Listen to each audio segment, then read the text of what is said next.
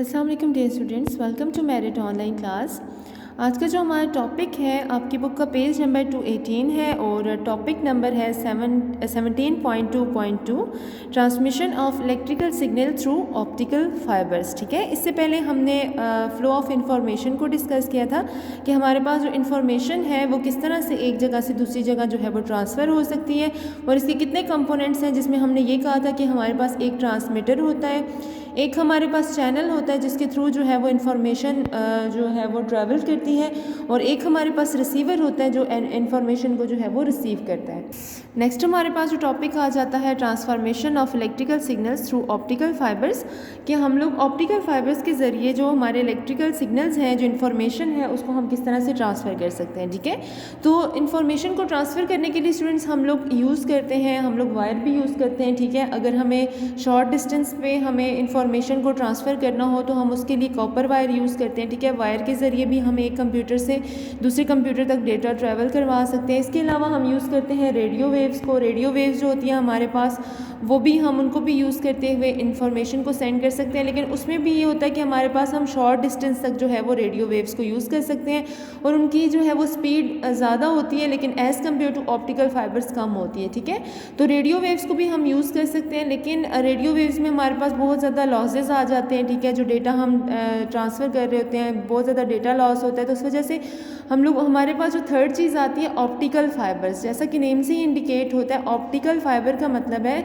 कि हमारे पास ये जो ऑप्टिकल फाइबर्स हैं, ये हमारे पास स्पीड ऑफ लाइट के जो है वो स्पीड ऑफ लाइट जितना जो है ये ट्रैवल करके जाता है डेटा। ठीक है, डेटा की जो स्पीड होती है वो जितनी स्पीड ऑफ लाइट है, सबसे ज़्यादा यूनिवर्स में जो स्पीड है वो स्पीड ऑफ लाइट है। ठीक है, तो डेटा इतना ज़्यादा जल्दी जो है वो ट्रैवल करके जाता है ऑप्टिकल फाइबर्स में। तो सबसे पहले हम ऑप्टिकल फाइबर्स, आपने मेरे ख्याल में ये पढ़ा हुआ भी है, ऑप्टिक्स में मैंने आपको ऑप्टिकल फाइबर्स पढ़ाए थे।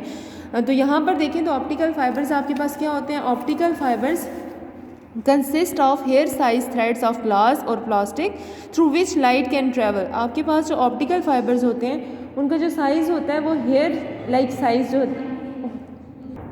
हेयर जितना उनका साइज़ होता है। ठीक है, इतना पतला ऑप्टिकल फाइबर होता है जितना कि आपके पास जो है वो बाल जितना बारीक जो है वो साइज़ होता है। ठीक है, और ये बने हुए किसके होते हैं, ग्लास के भी बने हो सकते हैं, प्लास्टिक के भी बने हुए हो सकते हैं, और इतना मतलब होता है कि इसमें से जो लाइट है वो पास कर सकती है। तो ऑप्टिकल फाइबर्स की आपको समझ आ गई कि ऑप्टिकल फाइबर्स होते क्या हैं। बाल जितना पतला होता है, ठीक है, और हमारे पास उसमें क्या होता है कि लाइट जो है वो उसमें से ट्रैवल कर सकती है। कंस्ट्रक्शन की बात करें तो हमने ऑप्टिक्स में भी पढ़ा था कि इसकी कंस्ट्रक्शन हमारे पास कुछ इस तरह से होती है। यहाँ पर देखें कि दरमियान में आपके पास ये जो आपको नज़र आ रहा है, दरमियान में ये आपके पास होता है, ये जो दरमियान में आपको नज़र आ रहा है ये जो है वो कोर है। ठीक है, साइड्स पे हमारे पास एक और लेयर है जिसको क्लैडिंग बोलते हैं, और उसके ऊपर क्या होती है, जैकेट होती है। ठीक है, जैसे कि आपके पास एक पतली सी ट्यूब है ना, दरमियान वाली जो ट्यूब होती है वो आपके पास होती है कोर होती है। ठीक है, और उसके ऊपर जो ट्यूब होती है वो आपके पास क्लैडिंग होती है। क्लैडिंग के ऊपर हमें एक प्रोटेक्टिव लेयर होती है, एक प्रोटेक्शन जो उसको देने के लिए जो प्लास्टिक की बनी हुई थी, जैसे अक्सर तारों के ऊपर प्लास्टिक की जो है वो प्रोटेक्टिव लेयर बनी हुई होती है जिसको हम क्लैडिंग बोलते हैं। ठीक है, तो हमारे पास इसी कंस्ट्रक्शन में देखें तो consist of 2 layers, core and cladding. ठीक है, और जो जैकेट होती है वो प्रोटेक्शन प्रोवाइड करती है फाइबर को from external mechanism influences that causes breaking,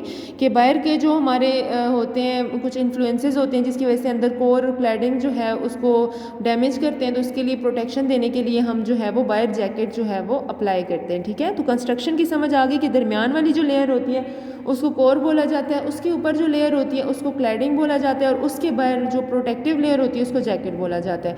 working principle हम इसका पढ़ चुके हैं कि हमारे पास जो है वो टोटल इंटरनल रिफ्लेक्शन होता है। ठीक है, इसमें स्टूडेंट्स टोटल इंटरनल रिफ्लेक्शन हम ऑप्टिक्स वाले चैप्टर में पढ़ चुके हैं। आप वो वाला लेक्चर अगर आपने नहीं लिया तो वो लेक्चर अगर आप लें, टोटल इंटरनल रिफ्लेक्शन में क्या होता है कि आपके पास जब भी जो आपके पास लाइट है वो एक मीडियम से दूसरे मीडियम में ट्रैवल करती है, तो वो अपने जो पाथ है, अपना जो उसका पाथ है उसको स्लाइटली चेंज करती है, अपनी डायरेक्शन को चेंज करती है।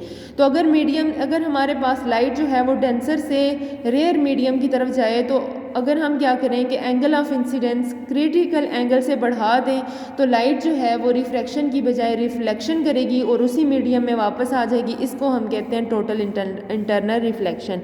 इसकी पूरी एक्सप्लेनेशन मैंने वीडियो में दी हुई है, आप उस वीडियो को देखेंगे तो आपको तब उसकी समझ आ जाएगी। वर्किंग प्रिंसिपल इसका क्या है, टोटल इंटरनल रिफ्लेक्शन है। टाइप्स इसकी हमारे पास आ जाती है। देखें इसकी हमारे पास जो है वो 3 तरह के हमारे पास होता है ऑप्टिकल फाइबर्स। एक हमारे पास स्टेप इंडेक्स मल्टी मोड होता है, ये फर्स्ट वाला जो आपको दिया हुआ है, ठीक है। सेकंड हमारे पास होता है सिंगल मोड और थर्ड हमारे पास ग्रेडेड इंडेक्स मल्टी मोड होता है, ठीक है। जो आपके पास स्टेप इंडेक्स मल्टी मोड होता है इसमें आपके पास जो है वो आपके पास इसकी जो कोर होता है वो प्लास्टिक कोर भी हो सकता है, ग्लास कोर भी हो सकता है, ठीक है। और इसमें आपके पास क्या होता है कि ये जो रेज़ हैं ये मल्टी, जैसा कि देखें आपके पास यहाँ पे मल्टी मोड है तो आपके पास नंबर ऑफ रेज़ जो है वो इसमें से गुजरती हैं और रिफ्लेक्ट होती हैं, ठीक है। टोटल इंटरनल रिफ्लेक्शन जो है वो मल्टी आपके पास इधर रेज़ का होता है। लेकिन ऐसी रेज़ जिनकी जो हमारे पास ऐसी रेज़ जिनका एंगल क्रिटिकल एंगल से जो है वो कम होता है वो एब्जॉर्ब कर जाती है जैकेट के साथ। देखें जिस तरह से ये वाली जो है वो एब्जॉर्ब होगी है हमारे पास क्रिटिकल एंगल से, अगर जो है वो कम होगा इंसिडेंस एंगल तो उन्हें जो है वो जैकेट एब्जॉर्ब कर लेगी और बाकी रेज जो है वो टोटल इंटरनल रिफ्लेक्शन करती है। नंबर ऑफ रेज है इसलिए इसको कहा जाता है स्टेप इंडेक्स मल्टी मोड। अगर हमारे पास क्या करें कि आपके पास नेक्स्ट आ जाता है सिंगल मल्टी मोड आ जाता है। सिंगल जो मोड है आपके पास, सॉरी सिंगल मोड आता है, मल्टी मोड नहीं है। सिंगल मोड में आपके पास स्टूडेंट्स क्या होता है कि अगर हम इस फाइबर का साइज़ जो है वो रिड्यूस कर दें, ठीक है। इस फाइबर के साइज़ को अगर हम कम कर दें, देखें पहले फाइबर का साइज़ हमारे पास देखिए रेडियस ज़्यादा था, यहाँ से लेके यहाँ तक था। अगर मैं क्या कर दूँ कि इसके साइज़ को कम कर दूँ, देखिए यहाँ से यहाँ तक था, अब मैं इसके फाइबर के साइज़ को कम कर देती हूँ तो मेरे पास क्या होगा कि ये जो लाइट है ये हमारे पास जो है वो इसमें से मल्टी जो रेज़ हैं वो पास नहीं करेंगी, सिर्फ एक सिंगल जो है वो रे यहाँ से पास करेगी और इसको हम कहेंगे सिंगल मोड। आप यहाँ पर देखें तो आपके पास एक सिंगल रे जो है वो पास कर रही है तो इसको हम कहेंगे हमारे पास जो है वो सिंगल एंगल रे जो है वो पास कर रही है, तो सिंगल जो है वो हम इसको मोड कहेंगे। ये हमारे पास टेलीफोन्स एंड केबल्स, टेलीविजन्स वगैरह में जो है वो लॉन्ग डिस्टेंस के लिए यूज़ होता है। नेक्स्ट हमारे पास ग्रेडेड इंडेक्स मल्टी मोड आ जाता है। ग्रेडेड इंडेक्स मल्टी मोड ये वाला है। देखें यहाँ पे हमारे पास स्टूडेंट्स ये होता है कि हमारे पास यहाँ पे जो रिफ्रैक्टिव इंडेक्स है, सेंटर में जो रिफ्रैक्टिव इंडेक्स है वो ज़्यादा है, ठीक है, और फिर आगे ग्रेजुअली कम होता जाता है, ठीक है। जैसे ही हमारे पास जो रिफ्रैक्टिव इंडेक्स है वो कम होता जाता है तो ये जो हमारे पास जितनी भी लाइट रेज हैं ये हेलिकली जो है वो मूव करना स्टार्ट कर देती हैं। आप यहाँ पर देखें तो एक हेलिकल पाथ से ये लाइट रेज जो है वो मूव कर रही हैं, ठीक है।